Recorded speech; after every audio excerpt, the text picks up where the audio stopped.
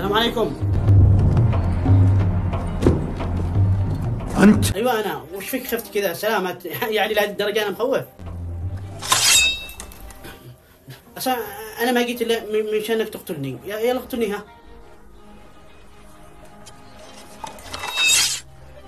وأنا لن ألبي طلبك. وليش إن شاء الله؟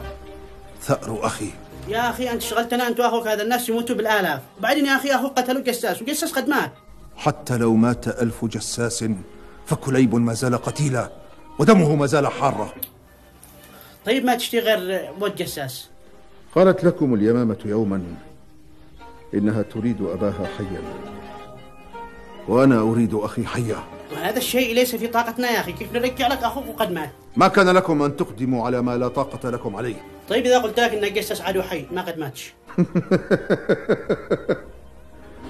أعرف يا مرة، وهو مختبئ عند خاله المنجد يتلقى العلاج. طيب يا أخي دام إنك عارف إنه عايش وداري وينه يا أخي، ليش ما تروح تقتلوه وتخرجنا؟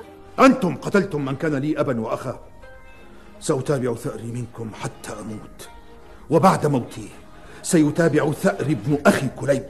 أيوة، ومن قد عليك ابن أخ؟ الجرو. أتظن بأني لا أعرف أن الجليلة ولدت ابنا لكليب؟ وإذا قلت لك إنه قد مات؟